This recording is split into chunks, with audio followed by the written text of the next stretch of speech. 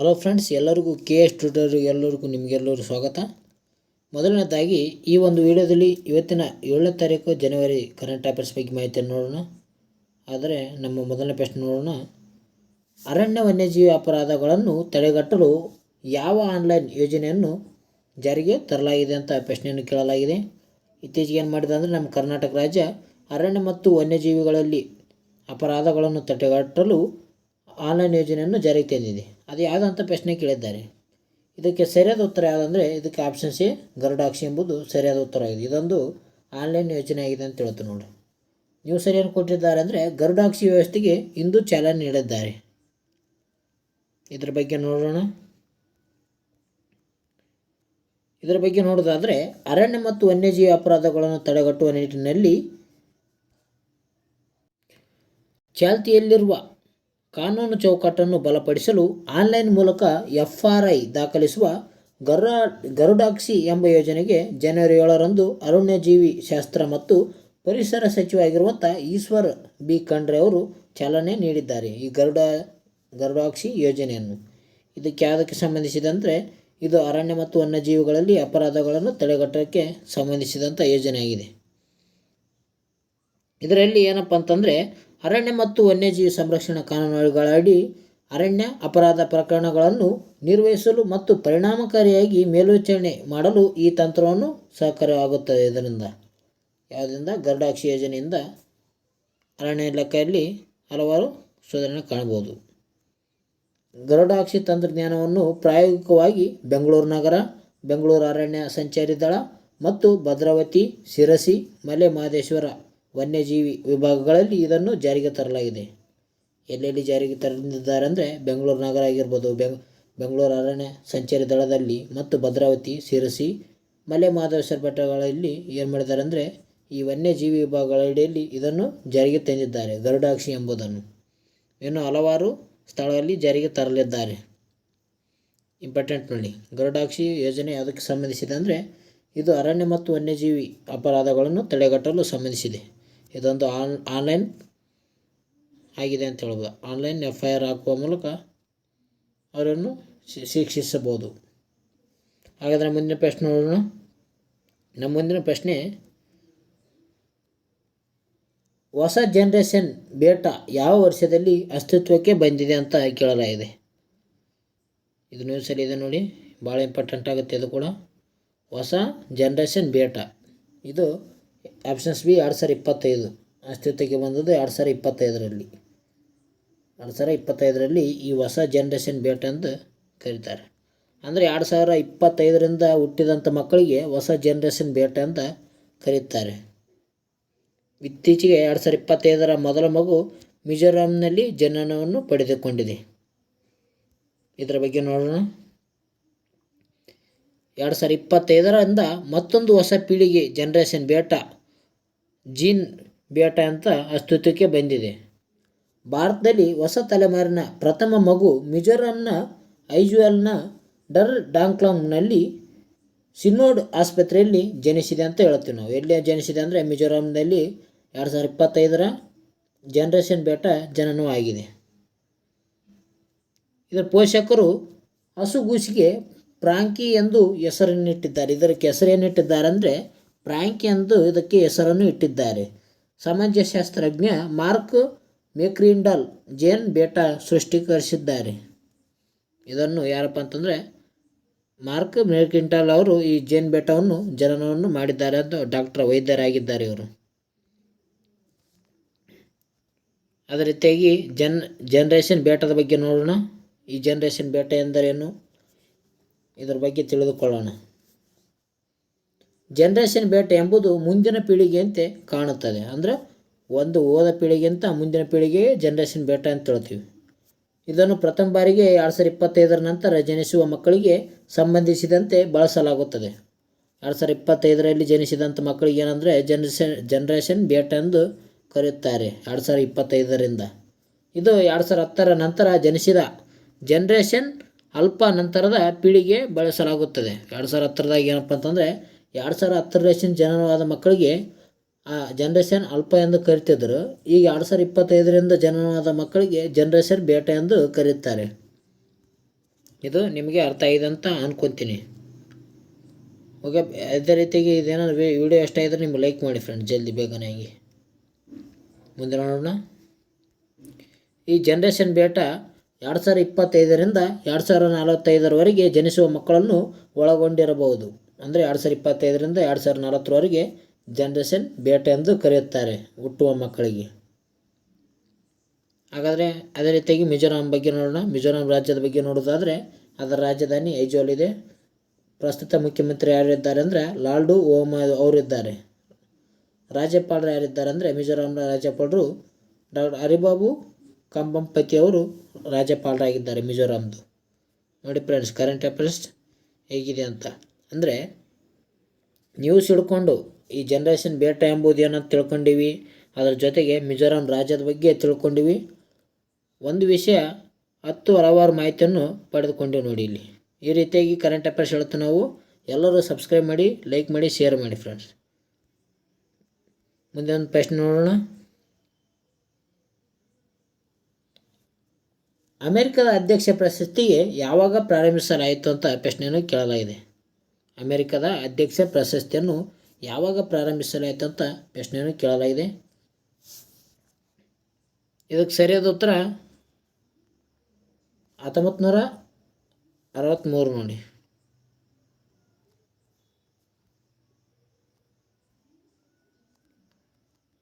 ಎಷ್ಟು? ಅಥವಾ ಕರೆಕ್ಟ್ 1963 ಇದಕ್ಕೆ ಸರಿಯಾದ ಉತ್ತರ ಇದೆ ನೋಡಿ. ಭಾರತ ವಿರೋಧಿ ಧೋರಣೆಗಳಿಂದಾಗಿ ಚಳಿಗಾಲದ ಅಧಿವೇಶನದಲ್ಲಿ ವ್ಯಾಪಕ ಚರ್ಚೆಗೀಡಾದ ಜಾರ್ಜ್ ಸೋರಸ್ಗೆ ಅಮೆರಿಕದ ಅತ್ಯುನ್ನತ ನಾಗರಿಕ ಪ್ರಶಸ್ತಿಯನ್ನು ನೀಡಲಾಗಿದೆ. ಯಾರಿಗೆ? ಜಾರ್ಜ್ ಸೋರಸ್ ಅವರಿಗೆ ಏನಪ್ಪ ಅಂತಂದರೆ ಅವರಿಗೆ ಅಮೆರಿಕದ ಅತ್ಯುನ್ನತ ಅಧ್ಯಕ್ಷರ ಪ್ರಶಸ್ತಿಯನ್ನು ನೀಡಿ ಗೌರವಿಸಲಾಗಿದೆ. ಈ ಪ್ರೆಸಿಡೆಂಟ್ ಮೆಡಲ್ ಆಫ್ ಫ್ರೀಡಮ್ ಪ್ರಶಸ್ತಿಯನ್ನು ಸೋರಸ್ರವರು ಹಿಲರಿ ಕ್ಲಿಂಟನ್ ಸೇರಿದಂತೆ ವಿಜ್ಞಾನ, ತಂತ್ರಜ್ಞಾನ, ಕ್ರೀಡೆ, ಮನರಂಜನೆ, ಮಾನವನ ಹಕ್ಕುಗಳಿಂದಾಗಿ ಹೋರಾಡಿದ ಒಟ್ಟು 19 ಜನರಿಗೆ ಅಧ್ಯಕ್ಷ ಜೋ ಬೈಡನ್ ರವರು ಪ್ರಶಸ್ತಿಯನ್ನು ವಿತರಿಸಿದರು. ಎಷ್ಟು ಜನಕ್ಕೆ? ಒಟ್ಟು 19 ಜನಕ್ಕೆ ಈ ಪ್ರಶಸ್ತಿಯನ್ನು ವಿತರಿಸಿದ್ದಾರೆ. ಇದರಲ್ಲಿ ವಿಜ್ಞಾನ, ತಂತ್ರಜ್ಞಾನ ಆಗಿರ್ಬೋದು, ಕ್ರೀಡೆಗಳಾಗಿರ್ಬೋದು, ಮನೋರಂಜನೆ ಆಗಿರ್ಬೋದು, ಈ ರೀತಿ ಹಲವಾರು ಕ್ಷೇತ್ರಗಳಿಗೆ ಒಟ್ಟಿನಲ್ಲಿ 19 ಜನಕ್ಕೆ ನೀಡಿ ಗೌರವಿಸಲಾಗಿದೆ. ಅದರಲ್ಲಿ ಜಾರ್ಜ್ ಸೋರಸ್ ಅವರು ಪ್ರಮುಖವಾಗಿದ್ದಾರೆ. ಜಾರ್ಜ್ ಸೋರಸ್ ಅವರು ಇವರು ಯಾಕೆ ಪ್ರಮುಖವಾದರು ಅಂದರೆ ಚಳಿಗಾಲದ ಅಧಿವೇಶನದಲ್ಲಿ ಇವರು ಇಂಡಿಯಾದಲ್ಲಿ ಸ್ವಲ್ಪ ವಾಯ್ಸ್ ಎತ್ತಿದ್ದಾರೆ ಅಂತ ಹೇಳ್ತೀವಿ ನಾವು, ಮಾತನಾಡಿದ್ರು, ಅದಕ್ಕೆ ಇವರು ಚರ್ಚೆಯಲ್ಲಿದ್ದರು. ಹಾಗಾದರೆ ಅಮೆರಿಕದ ಅಧ್ಯಕ್ಷ ಪ್ರಶಸ್ತಿ ಬಗ್ಗೆ ನೋಡೋಣ. ನೋಡಿ, ನ್ಯೂಸಲ್ಲಿ ಇಷ್ಟು ಕೊಟ್ಟಿದ್ರು. ಈ ಅಮೆರಿಕದ ಅಧ್ಯಕ್ಷ ಪ್ರಶಸ್ತಿ ಸ್ವಂತ ನಮ್ಮದಾಗಿದೆ. ಇದರ ಬಗ್ಗೆ ನೋಡೋಣ. ಅಮೆರಿಕದ ಅತ್ಯುನ್ನತ ನಾಗರಿಕ ಗೌರವ ಪ್ರಶಸ್ತಿ ಆಗಿದೆ. ಈ ಅಮೆರಿಕ ಅಧ್ಯಕ್ಷ ಪ್ರಶಸ್ತಿ ಏನಿದೆ ಅಂದರೆ ಅಮೆರಿಕದ ಅತ್ಯುನ್ನತ ನಾಗರಿಕ ಗೌರವ ಪ್ರಶಸ್ತಿ ಇದೆ. ಇದು ಪ್ರಾರಂಭ ಯಾವಾಗ ಆಗ್ತದಂದ್ರೆ 1963ದಾಗ ಇದು ಪ್ರಾರಂಭ ಆಗ್ತದೆ. ಇದನ್ನು ಪ್ರಾರಂಭಿಸಿದವರು ಯಾರಪ್ಪ ಅಂತಂದ್ರೆ ಜಾನ್ ಎಫ್ ಕೆನಡಿ ಅವರು ಪ್ರಾರಂಭವನ್ನು ಮಾಡುತ್ತಾರೆ. ಇದು ಅಮೆರಿಕದ ಅಧ್ಯಕ್ಷ ಪ್ರಶಸ್ತಿಯನ್ನು. ಇದು ಯಾವ್ಯಾವ ಕ್ಷೇತ್ರಗಳಿಗೆ ಈ ಪ್ರಶಸ್ತಿಯನ್ನು ನೀಡುತ್ತಾರೆ ಅಂತ ನೋಡಿದ ಕ್ಷಣ ನಮಗೆ ಕಂಡುಬರುವುದು ಕಲೆ, ವಿಜ್ಞಾನ, ಶಿಕ್ಷಣ, ಕ್ರೀಡೆ, ಸಾರ್ವಜನಿಕ ಸೇವೆ, ಮಾನವ ಹಕ್ಕುಗಳು, ಆರ್ಥಿಕತೆ ಮತ್ತು ಇತ್ಯಾದಿ ವಿಷಯಗಳನ್ನು ಒಳಗೊಂಡಂತೆ ಈ ಪ್ರಶಸ್ತಿಯನ್ನು ನೀಡಲಾಗುತ್ತದೆ. ಪ್ರಸಿದ್ಧ ಪುರಸ್ಕೃತರು ಯಾರು ಅಂತ ನೋಡೋಣ. ಅಮೆರಿಕದ ಅಧ್ಯಕ್ಷ ಪ್ರಶಸ್ತಿಯನ್ನು ಪಡೆದುಕೊಂಡ ಪ್ರಸಿದ್ಧ ಪುರಸ್ಕೃತರು ಇದರಲ್ಲಿ ನೆಲ್ಸನ್ ಮಂಡೇಲಾ ಅವರು ಕೂಡ ಇದ್ದಾರೆ. ಮಾರ್ಟಿನ್ ಲೂಥರ್ ಕಿಂಗ್ ಜೂನಿಯರ್ ಅವರು ಕೂಡ ಇದ್ದಾರೆ. ಅಪ್ಪಾಜಿ ಅಬ್ರಹಾಂ ಲಿಂಕನ್ ಇದ್ದಾರೆ. ಬಿಲಿ ಜನ್ ಕಿಂಗ್ ಅವರು, ಅದೇ ರೀತಿಯಾಗಿ ಮೊಹಮ್ಮದ್ ಅಲಿ ಕೂಡ ಇದರಲ್ಲಿ ಪುರಸ್ಕೃತರಾಗಿದ್ದಾರೆ. ಅಂದರೆ ಅಮೆರಿಕದ ಅಧ್ಯಕ್ಷ ಪ್ರಶಸ್ತಿಯನ್ನು ಪಡೆದುಕೊಂಡ ವ್ಯಕ್ತಿಗಳಾಗಿದ್ದಾರೆ, ಪ್ರಮುಖ ವ್ಯಕ್ತಿಗಳು. ಮುಂದಿನ ಪ್ರಶ್ನೆ ನೋಡೋಣ. 2025ರ ಏರೋ ಇಂಡಿಯಾ ಎಷ್ಟನೇ ಆವೃತ್ತಿಯಾಗಿದೆ ಅಂತ ಪ್ರಶ್ನೆಯನ್ನು ಕೇಳಲಾಗಿದೆ. 2025ರಲ್ಲಿ ಏರೋ ಇಂಡಿಯಾ ನಡೆಯಲಿದೆ, ಅದು ಎಷ್ಟನೇ ಆವೃತ್ತಿ ಅಂತ ಪ್ರಶ್ನೆಯನ್ನು ಕೇಳಲಾಗಿದೆ. ಇದಕ್ಕೆ ಸರಿಯಾದ ಉತ್ತರ ಆಪ್ಷನ್ ಸಿ, 15ನೇ ಆವೃತ್ತಿ. ನ್ಯೂಸಲ್ಲಿ ಏನು ಕೊಟ್ಟಿತ್ತು ಅಂದರೆ ಏರೋ ಇಂಡಿಯಾ ಹೊಸ ಮೇಲುಗಲ್ಲಿಯಾಗಲಿದೆ ಎಂದು 15ನೇ ಆವೃತ್ತಿಯೆಂದು ನೀಡಲಾಗಿದೆ. ಇದನ್ನು ಎಲ್ಲಿ ನಡೆಸಲಾಗುತ್ತದೆ ಅಂದರೆ ಬೆಂಗಳೂರಿನಲ್ಲಿ ಇದನ್ನು ಏರೋ ಇಂಡಿಯಾ ನಡೆಸಲಾಗುತ್ತದೆ. ಬೆಂಗಳೂರಿನಲ್ಲಿ 1996ರಿಂದ ಪ್ರತಿ 2 ವರ್ಷಗಳಿಗೊಮ್ಮೆ ವೈಮಾನಿಕ ಪ್ರದರ್ಶನ ಆಯೋಜಿಸಲಾಗುತ್ತದೆ. ಯಾವಾಗಿಂದ? 1996ರಿಂದ ಪ್ರತಿ 2 ವರ್ಷಗಳಿಗೊಮ್ಮೆ ಈ ಏರೋ ಇಂಡಿಯಾ ಪ್ರದರ್ಶನವನ್ನು ನೀಡಲಾಗುತ್ತದೆ. ಇಂದಿನ ಆವೃತ್ತಿಗಳು ಅಂದರೆ ಹಿಂದೆ ನಡೆದಂಥ ಆವೃತ್ತಿ 14ನೇ ಆವೃತ್ತಿ ಆಗಿತ್ತು. ಇದು 2023ರಲ್ಲಿ ನಡೆಸಲಾಗಿತ್ತು.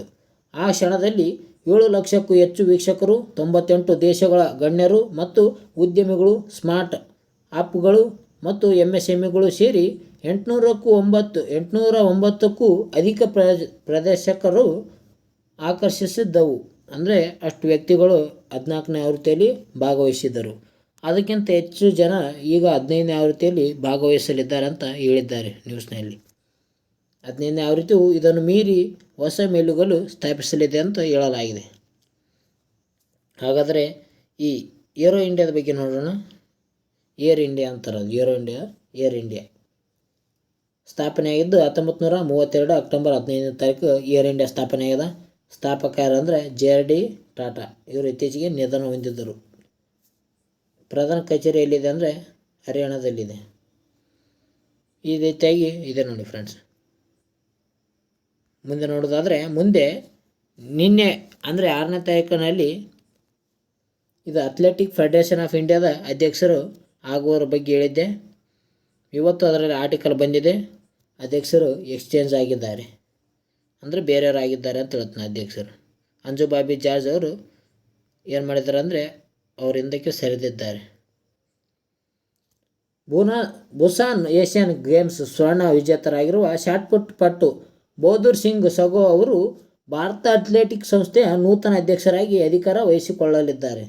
ಯಾರಂದರೆ ಈಗ ನೂತನ ಅಧ್ಯಕ್ಷರು ಯಾರಾಗ್ತಿದ್ದಾರೆ ಅಂದ್ರೆ ಇವರು ಬಹದ್ದೂರ್ ಸಿಂಗ್ ಸಗೋ ಇವರು ನೂತನ ಅಥ್ಲೆಟಿಕ್ ಫೆಡರೇಷನ್ ಆಫ್ ಇಂಡಿಯಾದ ಅಧ್ಯಕ್ಷರಾಗಲಿದ್ದಾರೆ. 2012ರಿಂದಲೂ AFIನ ಅಧ್ಯಕ್ಷರಾಗಿ 3 ವರ್ಷ ಅವಧಿಗೆ ಕಾರ್ಯನಿರ್ವಹಿಸಿರುವ ಆದಿಲ್ ಸುಮರಿವಾಲಾ ಅವರು ರಾಷ್ಟ್ರೀಯ ಕ್ರೀಡಾ ಸಂಹಿತೆಯ ಪ್ರಕಾರ ಈ ಬಾರಿ ಚುನಾವಣೆಯಲ್ಲಿ ಸ್ಪರ್ಧಿಸುವ ಅವಕಾಶವನ್ನು ಕಳೆದುಕೊಂಡಿದ್ದಾರೆ. ಈ ಪ್ರಸ್ತುತ ಯಾರಿದ್ದಾರೆ ಅಂದರೆ ಆದಿಲ್ ಸುಮರಿವಾಲಾ ಅವರು ಪ್ರಸ್ತುತ ಅಧ್ಯಕ್ಷರಿದ್ದಾರೆ. ಇವರು ಮೂರನೇ ಬಾರಿ ತನಕ ಇವರೇ ಇದ್ದರು 2012ರಿಂದ. ಈಗ ಅವರು ಏನಪ್ಪ ಅಂತಂದರೆ ರಾಷ್ಟ್ರೀಯ ಕ್ರೀಡಾ ಸಂಹಿತೆ ಪ್ರಕಾರ ಇವರಿಗೆ ಚುನಾವಣೆಯಲ್ಲಿ ಸ್ಪರ್ಧಿಸುವ ಹಕ್ಕನ್ನು ತೆಗೆದುಕೊಳ್ಳಲಾಗಿದೆ. ಅದರಿಂದ ಇವರಿಗೆ ನಿರ್ಗಮನವಾಗಿದ್ದಾರೆ. ಈಗ ಅವರ ಸ್ಥಾನಕ್ಕೆ ಸುಗೋ ಅವರು ತುಂಬಲಿದ್ದಾರೆ. ವೈಯಕ್ತಿಕ ಕಾರಣಗಳಿಂದ ಅಧ್ಯಕ್ಷ ಹುದ್ದೆಗೆ ರೇಸ್ನಿಂದ ಅಂಜು ಬಾಬಿ ಜಾರ್ಜ್ ಹೊರಗುಳಿದಿದ್ದರೂ ಉಪಾಧ್ಯಕ್ಷೆಯಾಗಿ 2ನೇ ಅವಧಿಗೆ ಮುಂದುವರಿಯಲು ನಿರೀಕ್ಷೆ ಇದೆ. ವೈಯಕ್ತಿಕ ಕಾರಣಗಳಿಂದ ಅಂಜು ಬಾಬಿ ಜಾರ್ಜ್ ಅವರು ನಿನ್ನೆ ನ್ಯೂಸಲ್ಲಿ ಹೇಳಿದೆ ಅಂಜು ಬಾಬಿ ಜಾರ್ಜ್ ಅವರು ಅಧ್ಯಕ್ಷರಾಗಲಿದ್ದಾರೆ ಅಂತ. ಆದರೆ ಅವರು ವೈಯಕ್ತಿಕ ಕಾರಣಗಳಿಂದ ಹಿಂದೆ ಸರಿದಿದ್ದಾರೆ. ಅವರು ಉಪಾಧ್ಯಕ್ಷೆಯಾಗಿ 2ನೇ ಬಾರಿಗೂ ಕೂಡ ಮುಂದುವರಿಯಲಿದ್ದಾರೆ ಎಂದು ಹೇಳಲಾಗಿದೆ. ಉಪಾಧ್ಯಕ್ಷರು ಯಾರು? ಅಂಜು ಬಾಬಿ ಜಾರ್ಜ್ ಅವರೇ ಇರಲಿದ್ದಾರೆ ಅಂತ ಹೇಳೋಣ. ಮೊದಲು ಕೂಡ ಅವರೇ ಇದ್ದರು. ಹಾಗಾದರೆ ಈ ಅಥ್ಲೆಟಿಕ್ ಫೆಡರೇಷನ್ ಆಫ್ ಇಂಡಿಯಾದ ಬಗ್ಗೆ ನೋಡೋಣ. ಅಥ್ಲೆಟಿಕ್ ಕ್ರೀಡೆಯ ರಾಷ್ಟ್ರೀಯ ಮಂಡಳಿಯಾಗಿದೆ ಇದು ದೇಶದ ಸ್ಪರ್ಧೆಗಳನ್ನು ನಡೆಸುವ ಜವಾಬ್ದಾರಿಯನ್ನು ಹೊಂದಿರುವಂಥ ಸಂಸ್ಥೆಯಾಗಿದೆ. ಯಾವುದು? Athletic federation of India. ಇದು ಯಾವಾಗ ಸ್ಥಾಪನೆ ಆಯ್ತಂದರೆ ಇದು ಸ್ಥಾಪನೆಯಾಗಿದ್ದು 1946ರಲ್ಲಿ ಇದು ಸ್ಥಾಪನೆಯಾಗಿದೆ. ಇದರ ಕೇಂದ್ರ ಕಚೇರಿ ಎಲ್ಲಿದೆ ಅಂದರೆ ನವದೆಹಲಿಯಲ್ಲಿ ಇದರ ಕೇಂದ್ರ ಕಚೇರಿ ಕಂಡು ಬರ್ತದೆ ಅಂತ ಹೇಳ್ತೀವಿ. ಇದರ ಪ್ರಸ್ತುತ ಅಧ್ಯಕ್ಷರು ಈಗ ಯಾರಿದ್ದಾರೆ ಅಧ್ಯಕ್ಷರು ಅಂದರೆ ಆದಿಲ್ ಸುಮರಿವಾಲಾ ಅವರು ಅಧ್ಯಕ್ಷರಿದ್ದಾರೆ. ಅದೇ ರೀತಿಯಾಗಿ ಉಪಾಧ್ಯಕ್ಷರು ಯಾರಿದ್ದಾರೆ ಅಂದರೆ ಅಂಜು ಬಾಬಿ ಜಾರ್ಜ್ ಅವರು ಉಪಾಧ್ಯಕ್ಷರಿದ್ದಾರೆ. ಕಾರ್ಯದರ್ಶಿ ಯಾರಿದ್ದಾರೆ ಅಂದರೆ ರವೀಂದರ್ ಚೌಧರಿ. ಓಕೆ ಫ್ರೆಂಡ್ಸ್, ಇವತ್ತಿನ ಈ ಒಂದು ವಿಡಿಯೋದಲ್ಲಿ ಇಷ್ಟ ಇರೋದು ಮಾಹಿತಿ. ಮುಂದಿನ ಇದೇ ರೀತಿ ಈ ವಿಡಿಯೋ ನಿಮ್ಗೆ ಇಷ್ಟ ಆಗಿತ್ತಂದ್ರೆ ಇದೇ ರೀತಿ ನಾನು ಡೈಲಿ ಅಪ್ಡೇಟ್ ಕೊಡಲು ಇಚ್ಛಿಸುತ್ತೇನೆ. ನಿಮಗೆ ಏನಾದರೂ ಈ ಚಾನಲ್ ಇಷ್ಟ ಆಯ್ತಂದ್ರೆ ಬೇಗನೆ ಒಂದು ಲೈಕ್ ಕೊಡಿರಿ, ಹಿಂಗೆ ಸಬ್ಸ್ಕ್ರೈಬ್ ಮಾಡಿರಿ, ನಿಮ್ಮ ಫ್ರೆಂಡ್ಸ್ಗಳಿಗೂ ಶೇರ್ ಮಾಡಿರಿ. ಕರೆಂಟ್ ಅಫೇರ್ಸ್ ಡೈಲಿ ಬರ್ತಿರ್ತದೆ, ನೋಡಿಕೊಳ್ಳಿ ಸರಿಯಾದ ರೀತಿಯಲ್ಲಿ. ನಿಮ್ಗೆ ನೋಟಿಫಿಕೇಷನ್ ಬರ್ತದೋ ಇಲ್ಲೋ ನನಗೆ ಗೊತ್ತಾಗಲ್ಲ. ನೋಟಿಫಿಕೇಷನ್ ಬರಲ್ಲ ಆಗಿತ್ತಂದ್ರೆ ಕಮೆಂಟ್ ಮೂಲಕ ತಿಳಿಸಿ. ಒಂದ್ಸರಿ ಅನ್ಸಬ್ಸ್ಕ್ರೈಬ್ ಮಾಡಿ ಮತ್ತೆ ಸಬ್ಸ್ಕ್ರೈಬ್ ಮಾಡಿ ಬೆಲ್ಲೈಕನನ್ನು ಪ್ರೆಸ್ ಮಾಡಿ, ಆವಾಗ ನೋಟಿಫಿಕೇಷನ್ ಸರಿಯಾಗಿ ಬರುತ್ತದೆ ಅಂತ ಹೇಳ್ತೀನಿ. ಓಕೆ ಫ್ರೆಂಡ್ಸ್, ಮುಂದಿನ ವಿಡಿಯೋದಲ್ಲಿ ಸಿಗೋಣ. ಎಲ್ಲರಿಗೂ ಬಾಯ್.